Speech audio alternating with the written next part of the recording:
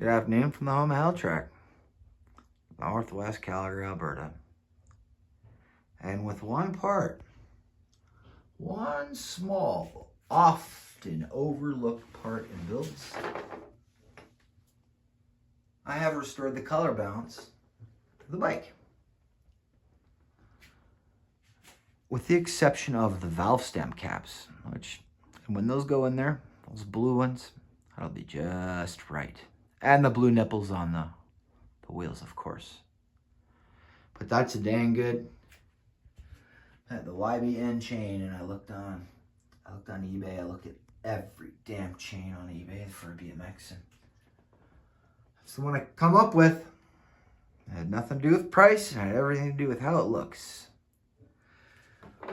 Even though my front brake is not yet routed through the POTS mod bolt, which it's going to be, I'm going to mark a small X on the pad right where it's above the POTS mod bolt. I'm taking it into the local leather shop, and I'm having them put a rivet on that pad so I can keep the pad and still use that. I think that's kind of cool. I haven't seen a riveted set of these pads at all, and I haven't seen a set of riveted pads in a while, actually. But that being said, I'm going to bring your attention to the lower barrel adjuster. Now that black piece, this here, that's called the lower barrel adjuster. And this came from my Odyssey Evo 2.5. This is the piece that came with these Dyno brakes. I'm sorry if I'm shaking and getting blurry here. This is that piece right there. And it's huge. Like, I mean, I'm sure it's one piece, but honestly, I think it looks a hell of a lot better with that Odyssey lower barrel adjuster. So anybody dealing with a set of these Dyno brakes, the Odyssey lower barrel adjuster fits right in there, and it's a lot more attractive. I know it's only one small detail, but I think that piece of black on there with the rest of that would be better than this giant hunk of chrome steel. And there's not really anything like that near there. Of course, I've got stainless steel and chrome bolts. And that's it.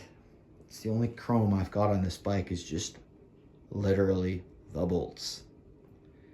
Anyways, I'm gonna make her a quick one today, guys. I'm still waiting on my stuff. Oh, and even though I had received a refund on my black and gray 1985 decal, Dyno decals, apparently they're still coming.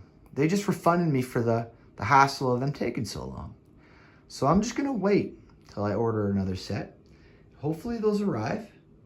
And if they don't arrive in the next 3 weeks, I'll order another set. But I'm kind of at the point now where the black and gray are nice, they'd go on there, but I ain't gonna lie, man. The blue decals on this one, just a little bit, that really make it pop. However, again, if I go with the black and gray or just the black and white decals, it's gonna make the colors in the components stand out a lot more because there's not a lot of color on this, but it's, you see how I've evenly spread out the components? I just try to get it right.